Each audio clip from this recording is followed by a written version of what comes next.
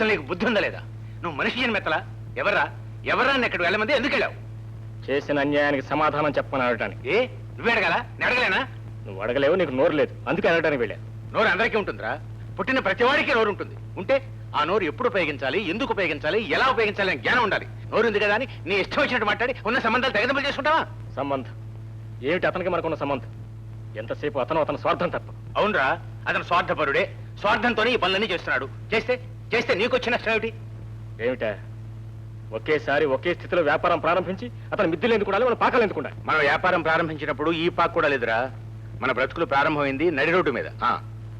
మేడల్లో ఉండాలి, కారులో తిరగాలని అంటలేదు. తన్నే నమ్ముకున్న ఒక మనిషిని ఎందుకు అలా మోసం చేయాలంటున్నాను. ఎవరిని అడుగుతావా?